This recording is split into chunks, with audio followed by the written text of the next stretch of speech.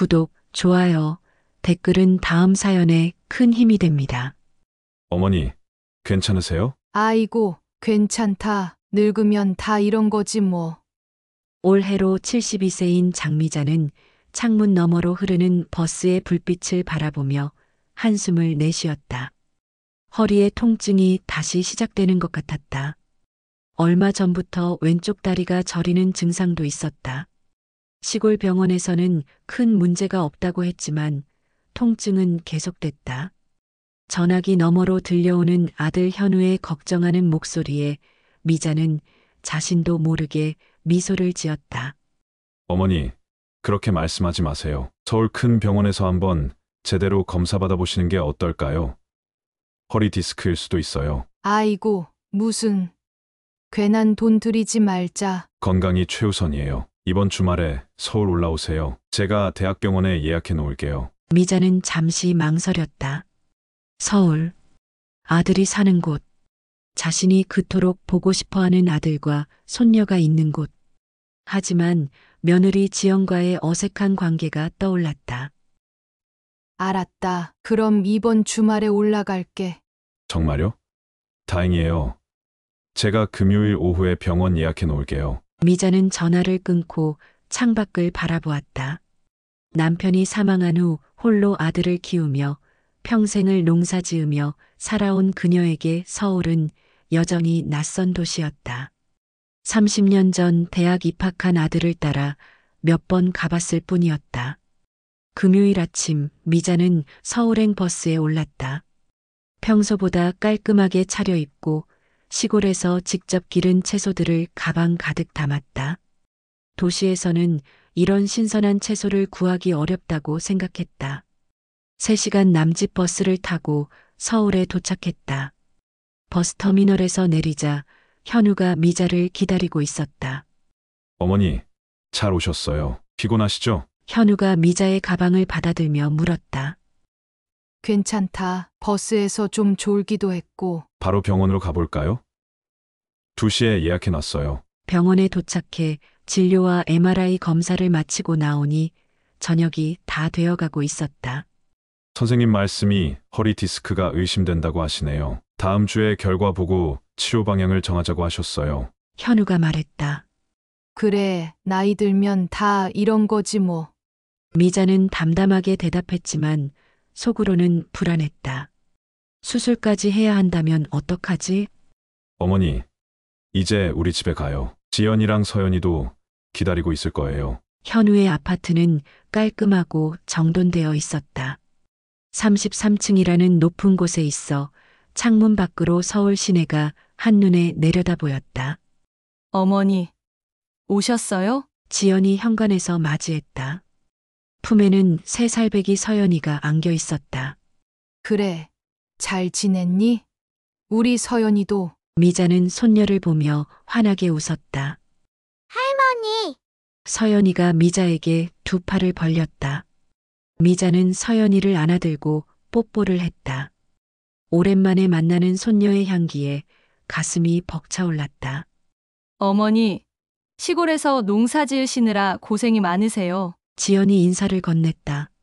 괜찮아, 고생은 무슨. 내가 좀 가져왔어. 직접 기른 채소들인데 도시에서는 이런 거 구하기 힘들잖아. 미자는 가방에서 꺼내 채소 봉지를 내밀었다. 어머, 이렇게 많이요? 감사합니다. 하지만 매번 무거운 걸 들고 오시지 마세요. 어머님 허리 안 좋으신데. 괜찮아. 내가 좋아서 하는 거야. 지연은 미소를 지으며 채소를 받았지만 미자는 지연의 표정에서 약간의 부담스러움을 읽을 수 있었다. 식사 시간 지연이 차려놓은 음식들을 보며 미자는 감탄했다. 아이고, 이렇게 많이 준비했구나. 고맙다. 별 말씀을요. 어머님 오신다고 특별히 준비했어요. 대화는 주로 현우와 미자 사이에서 오갔다. 지연은 가끔 끼어들며 웃었지만 대부분은 서연이 먹이는데 집중했다. 그나저나 어머니, 검사 결과 나오면 수술이 필요할 수도 있대요. 그럼 며칠 정도 서울에 더 계셔야 할 텐데. 현우가 말을 꺼냈다. 그래. 그럼 어디서 자야 하나? 미자는 순진한 표정으로 물었다. 현우와 지연이 눈빛을 교환했다. 사실은 어머니, 현우가 조심스럽게 말을 이었다. 저희가 근처 호텔을 예약해 놨어요. 아주 좋은 곳이라 편하실 거예요. 미자는 순간 숟가락을 떨어뜨릴 뻔했다. 호텔이라니? 여기서 자면 되지 않니? 수술하면 누가 옆에서 돌봐줘야 할 텐데. 어머니, 요즘은 다들 그렇게 해요. 호텔이 더 편하실 거예요. 침대도 크고 조용하고 서울에 오시면 항상 그렇게 하시는 게 어떨까 싶어요. 현우가 설명했다. 미자는 말문이 막혔다. 아들 내외가 자신을 집에서 재우기 싫어한다는 사실이 순간적으로 가슴을 찔렀다.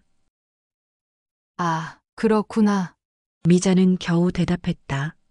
어머님, 저희가 아니라 어머님이 더 편하실 것 같아서요. 지연이 부드럽게 말했다. 호텔 룸 서비스도 있고 아무도 방해하지 않으니까 푹 쉬실 수 있을 거예요. 미자는 입가에 억지 미소를 지었다. 그래, 알았다. 식사 후 현우는 미자를 호텔로 데려다 주었다. 고급스러운 로비를 지나 엘리베이터를 탔다. 어머니, 이 카드키로 문을 열 수 있어요. 그리고 이 버튼은 룸 서비스. 이건 프론트 데스크에 연락하는 거고요. 현우가 설명했다. 그래, 알겠다. 미자는 겨우 대답했다. 내일 아침에 제가 모시러 올게요. 아침은 호텔에서 드셔도 되고 저희 집에 오셔서 드셔도 돼요. 알았다. 내 걱정은 마라. 현우가 떠난 후 미자는 넓은 호텔 방을 둘러보았다. 침대는 크고 푹신했고 욕실은 반짝반짝 빛났다. 하지만 미자의 마음은 공허했다. 내가 그렇게 방해가 되나? 손녀도 보고 싶은데. 미자는 이불을 덮고 누웠지만 잠이 오지 않았다. 시골집에서는 들리지 않는 도시의 소음, 낯선 침대의 감촉, 그리고 무엇보다 아들 가족으로부터 느껴지는 거리감이 그녀를 괴롭혔다. 한참을 뒤척이다 결국 미자는 탁상 위 전화기를 들었다. 하지만 전화기 버튼이 너무 많아 어떻게 사용해야 할지 몰랐다. 참나. 이거 어떻게 하는 거야? 미자는 한숨을 쉬며 휴대폰을 꺼냈다. 여보세요, 현우야? 네. 어머니, 무슨 일 있으세요? 아니, 그게 불을 어떻게 끄는지 모르겠네. 아, 침대 옆에 스위치가 있을 거예요. 마스터라고 써 있는 버튼이요. 아, 찾았다. 고마워. 더 필요한 거 있으세요? 아니, 없다. 그냥 자려고. 잘 자려무나. 전화를 끊고 미자는 눈물을 훔쳤다. 아들에게 전화하는 것조차 미안한 마음이 들었다. 호텔에서 자는 것이 정말 자신을 위한 배려일까? 아니면 현우와 지연이 자신을 부담스러워하는 걸까? 다음 날 아침 미자는 일찍 일어났다. 평생 농사일로 새벽에 일어나는 습관이 몸에 배어 있었다. 침대에서 일어나 창문을 열자 서울의 아침 풍경이 눈에 들어왔다. 수많은 고층 건물과 그 사이로 흐르는 차들. 아들이 이런 곳에서 살고 있구나. 아침 8시 현우의 전화가 왔다. 어머니, 일어나셨어요? 아침 드셨어요? 아직 너네 집에 가서 먹을게. 알겠어요. 제가 지금 데리러 갈게요. 현우의 집에 도착하자 지연이 아침 식사를 준비하고 있었다. 서연이는 아직 자고 있는지 보이지 않았다. 어머님, 잘 주무셨어요? 지연이 물었다. 응, 잘 잤다. 미자는 거짓말을 했다. 어머니, 오늘은 좀 쉬시고 내일 병원에 다시 가볼까 해요. 결과가 나왔을 거예요. 현우가 말했다. 미자는 고개를 끄덕였다. 식탁에 앉아 지연이 차려준 아침을 먹으며 미자는 문득 서연이 방에서 들려오는 목소리를 들었다. 우리 서연이 일어났나 보네. 미자가 밝게 말했다. 지연이 서연이 방으로 가더니 아이를 안고 나왔다. 서연이는 졸린 눈으로 미자를 보더니 환하게 웃었다. 할머니, 미자는 서연이를 안으려 했지만 지연이 부엌으로 향했다. 서연아, 먼저 아침 먹자. 할머니랑은 나중에 놀자. 미자는 가슴이 아파왔지만 표정 관리를 했다. 아침 식사 후 현우가 서류 작업을 한다며 서재로 들어갔고 지연은 서연이와 놀아주고 있었다. 미자는 어색하게 소파에 앉아 TV를 보고 있었다. 갑자기 지연의 휴대폰이 울렸다. 지연은 통화를 하더니 미자에게 다가왔다. 어머님, 잠시 서연이 좀 봐주실래요?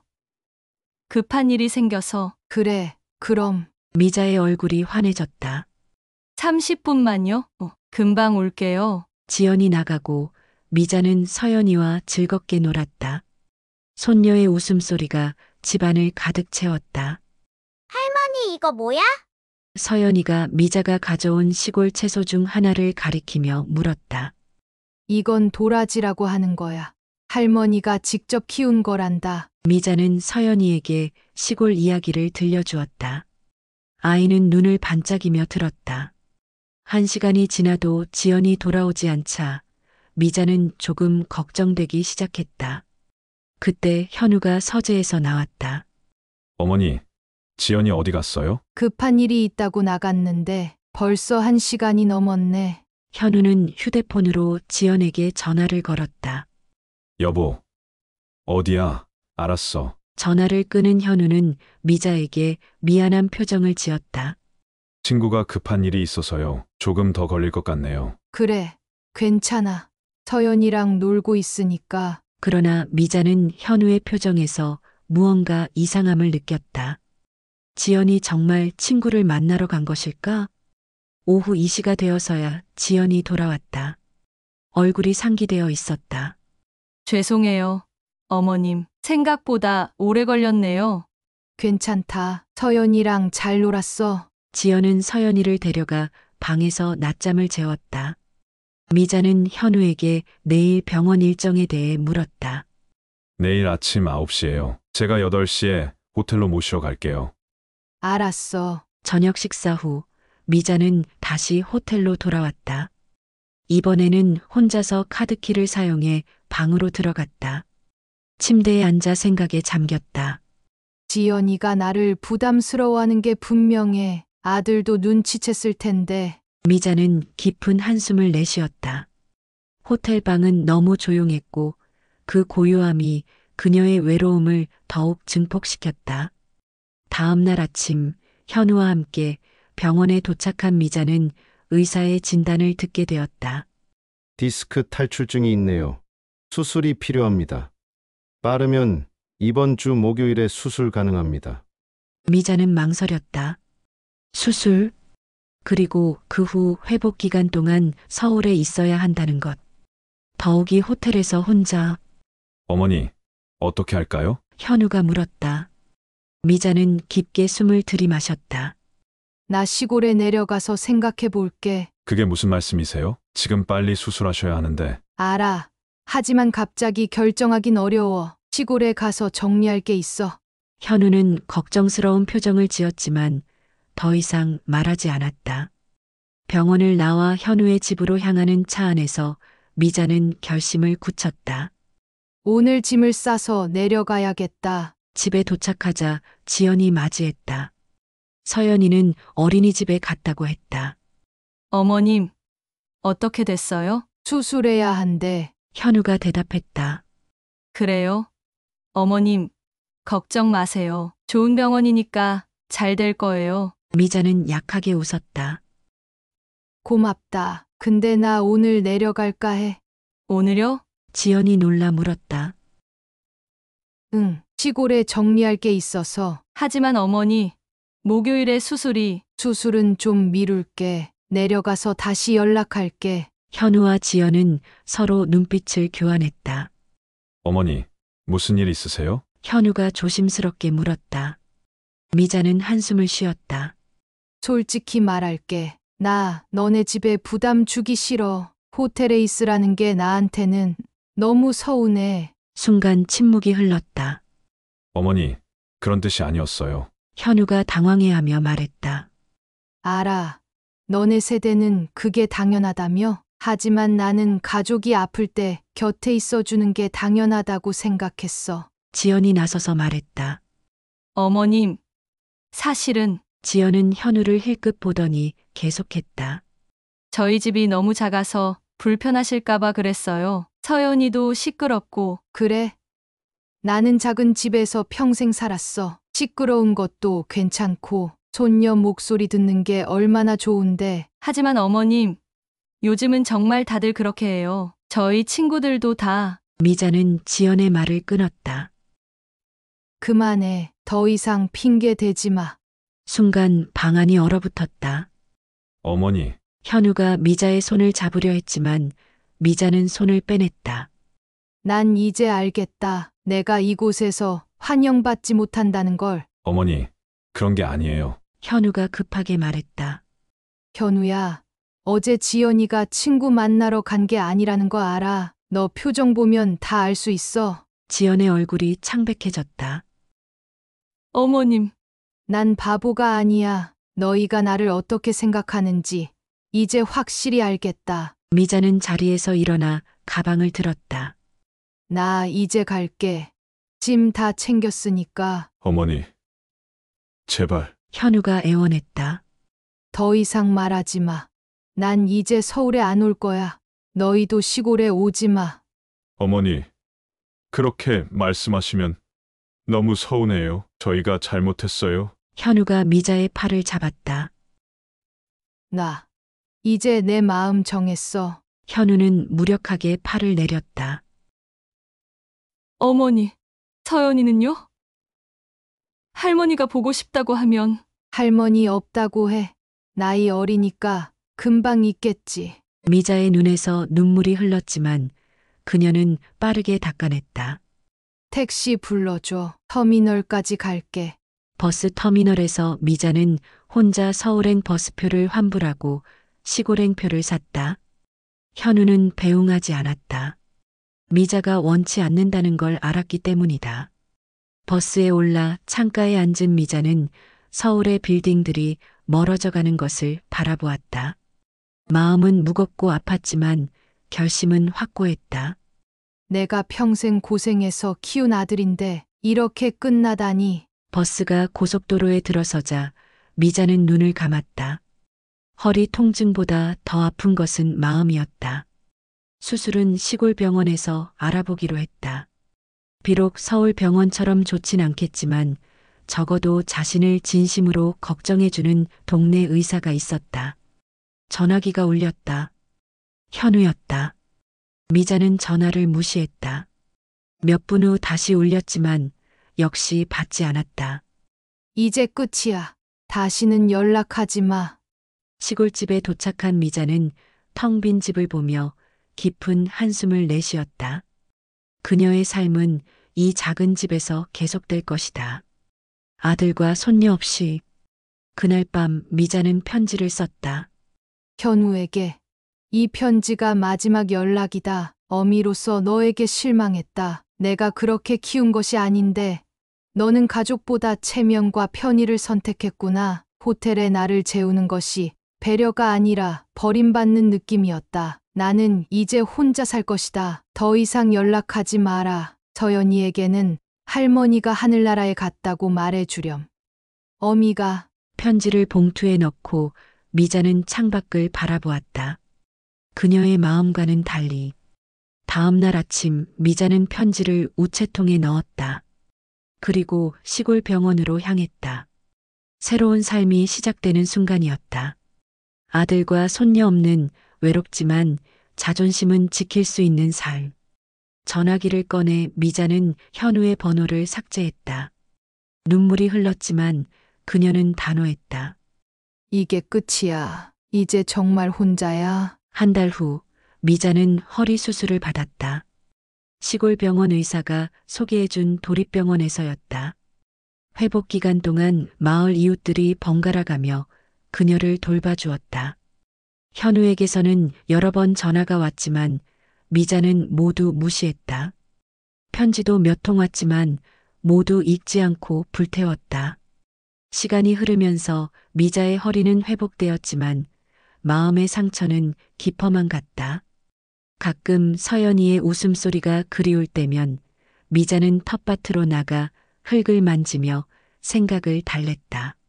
나는 내 자존심을 지키며 살 거야. 버림받는 것보다는 스스로 끊는 게 낫지. 마을 사람들에게는 아들과 연을 끊었다고 말했고 더 이상 서울 이야기는 하지 말라고 부탁했다. 시골집에 돌아온 미자는 창문을 열고 바깥 풍경을 바라보았다. 익숙한 시골 마을의 전경이 눈에 들어왔다. 서울의 높은 빌딩과 복잡한 거리와는 달리 여기서는 낮은 지붕들과 넓게 펼쳐진 논밭이 보였다. 그녀의 마음은 아직도 무거웠지만 이곳이 진정한 자신의 공간이라는 생각에 조금은 편안해졌다. 전화기가 울렸다. 현우였다. 미자는 한숨을 내쉬고 전화를 받았다. 여보세요. 어머니, 잘 지내고 계세요? 현우의 목소리가 조심스럽게 들렸다. 그래. 잘 지낸다. 왜 전화했니? 연락하지 말라고 했을 텐데. 어머니, 저희가 정말 죄송합니다. 어머님 기분 많이 상하셨죠? 괜찮아. 이제 다 지난 일이야. 다음 주에 저희가 내려갈까요? 서연이가 할머니 보고 싶다고. 아니, 당분간은 혼자 있고 싶어. 허리도 치료해야 하고. 하지만 어머니, 허리 수술은 재활도 하셔야 할 텐데 서울에서 받으시는 게. 현우야, 미자가 말을 끊었다. 난 여기서 편한 대로 치료받을게. 더 이상 얘기하지 말자. 전화를 끊고 미자는 깊은 한숨을 내쉬었다. 아들을 사랑하지만 당분간은 거리를 두고 싶었다. 그 호텔 방에서의 하룻밤은 미자에게 커다란 상처를 남겼다. 가족으로 대접받지 못했다는 느낌, 부담스러운 존재로 여겨진다는 느낌을 지울 수 없었다. 미자는 다시 편지를 쓰기 시작했다. 현우에게.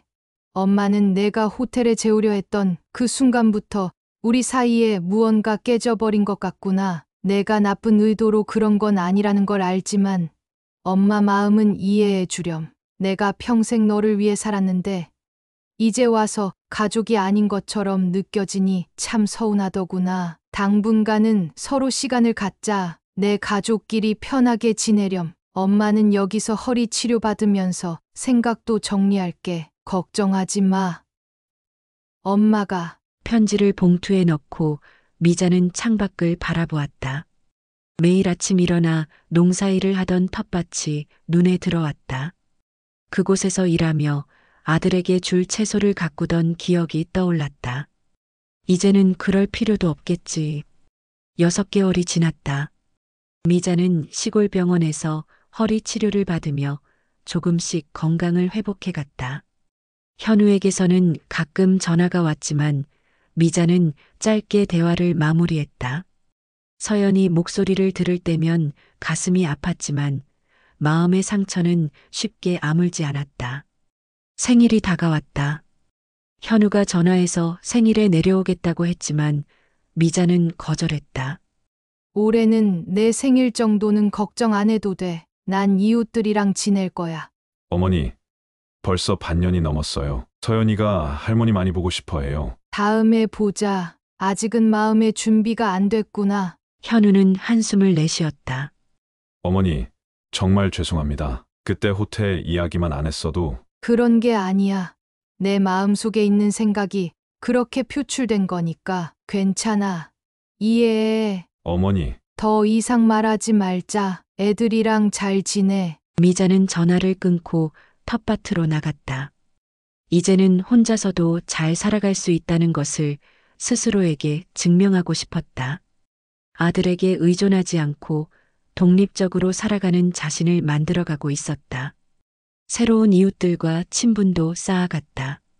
옆집 할머니와 함께 장을 보러 가고 마을 노인정에서 시간을 보내며 새로운 관계를 만들어갔다. 하지만 가슴 한구석에는 항상 서운함과 외로움이 자리 잡고 있었다. 1년이 지났다. 현우는 계속해서 연락을 시도했지만 미자는 여전히 거리를 유지했다. 명절에도 만나지 않았고 평소에도 안부 정도만 전화로 짧게 통화를 했다. 어느 날 미자는 우편함에서 한 장의 사진을 발견했다. 현우가 보낸 서연이의 어린이집 졸업사진이었다. 사진 뒤에는 현우의 글씨로 메시지가 적혀 있었다. 어머니, 서연이가 어린이집을 졸업했어요. 항상 할머니 이야기를 해요. 언제 한번 만나주세요. 미자는 사진을 보며 눈물을 흘렸다. 손녀의 얼굴이 많이 컸다. 그 아이의 웃음소리가 그리웠다. 하지만 아직도 마음의 준비가 되지 않았다. 호텔 방에서의 그 하룻밤이 남긴 상처는 생각보다 깊었다. 가족이라는 울타리에서 내쫓긴 듯한 그 기분을 잊을 수 없었다. 미자는 답장을 보냈다. 서연이 많이 컸구나. 축하한다. 하지만 할미는 아직 마음의 준비가 안 됐다. 조금만 더 시간을 줘. 2년이 지났다. 미자의 생활은 안정되었다. 허리도 많이 좋아졌고 텃밭 농사도 다시 시작했다. 현우와는 여전히 서먹한 관계였지만 이제는 통화도 조금씩 길어졌다. 어느 날 저녁 미자는 일기를 쓰고 있었다. 오늘도 현우에게서 전화가 왔다. 이제는 예전처럼 화가 나지는 않는다. 그래도 서울에 가고 싶은 마음은 없다. 여기가 내 자리다. 서연이는 벌써 유치원생이 되었다고 한다. 보고 싶지만 그 호텔방에서의 하룻밤이 아직도 내 마음에 깊은 상처로 남아있다. 내가 너무 고집을 부리는 걸까? 아니다. 이건 자존심의 문제다. 내가 평생 키운 아들이 나를 가족으로 대하지 않았다는 그 서운함은 쉽게 잊을 수 없다. 미자는 일기장을 덮고 창밖을 바라보았다. 서울의 높은 빌딩 대신 시골의 별이 빛나는 하늘이 보였다. 그녀는 깊은 한숨을 내쉬었다. 언젠가는 화해할 수 있을까? 아니, 지금은 이대로가 좋다. 그녀의 결심은 확고했다. 적어도 지금은 그랬다.